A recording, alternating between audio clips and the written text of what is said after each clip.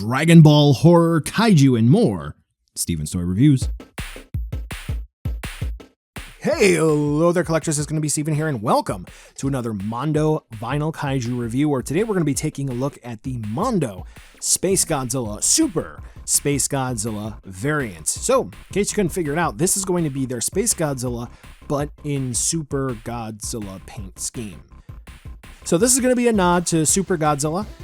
We pretty much know where that's going to be from. So, as someone in my Discord put it, this is kind of like playing Smash Brothers and picking the Wario paint their skin for Mario. So, doesn't make much sense, but it is kind of cool. Now, even though this one does end up being cool, because the Mondo SpaceGodzilla is amazing, this one of the three that I have is, I'd have to say, going to be the weakest. Now, we're going to be pretty quick through this one, a little bit low effort, but I did want to show off this one to you since I did get it. Let's just take a quick look to see whether or not it's going to be worth adding into your collection. Here's going to be the 360 spin view, where you can see the paint application is rather simplistic, but at the same time, it does look nice. We do have the purple metallic base for the figure, which is really cool, and the silver helps to bring out some of the finer sculpted details where appropriate. We do have silver that's going to be on the claws of SpaceGodzilla, which, very cool, and the head of SpaceGodzilla is great as well.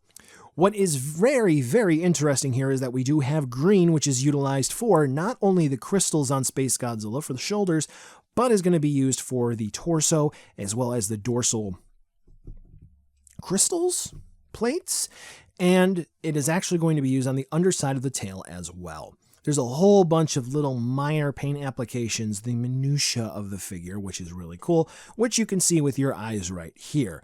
And with that being said, I think I don't really need to go into a super lot of finer details talking about those paint apps as you can see them, except for in a few areas, I did notice a couple of little random streaks. And I think on the tail, I can't tell quite if that's a stress mark or a hair or something that actually got into the paint, and I'm a little disappointed with that.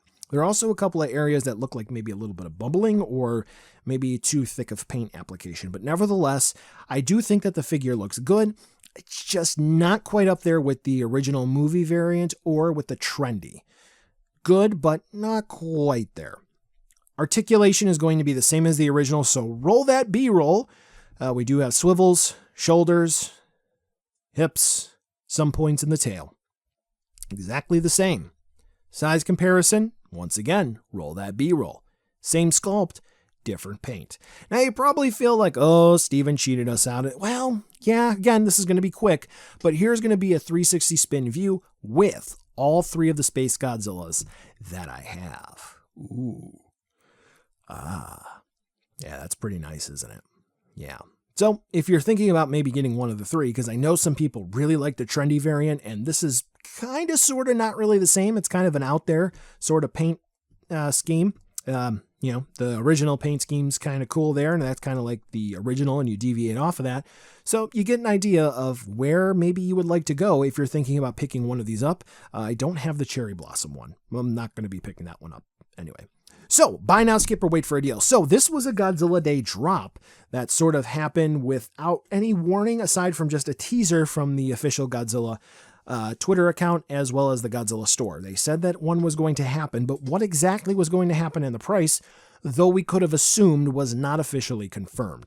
Now, with that being said, only a limited number of units, and I have to say that this is going to be the weakest of the bunch so far. But that being said, when they're all good, it's still weak, but how weak is it when they're all good? It's kind of like, okay, who's the weakest Saiyan among Goku, Vegeta, and Gohan, right? They're all strong, but who's the weakest? So if you throw Vegeta into the lion's den, implication there, he's going to still come out on top, right? So I hope that that makes sense. I do like this one, but I think in the long run, if I do have to get rid of one of them, it would be this one. It's good. It's good. I want to make that very clear. Like if I had to give it a scale of 1 to 10, I'd give this one an 8, the trendy being a 10, and the original colors, the movie one, being a 9. I hope I'm coming off correctly. Yeah, it's good.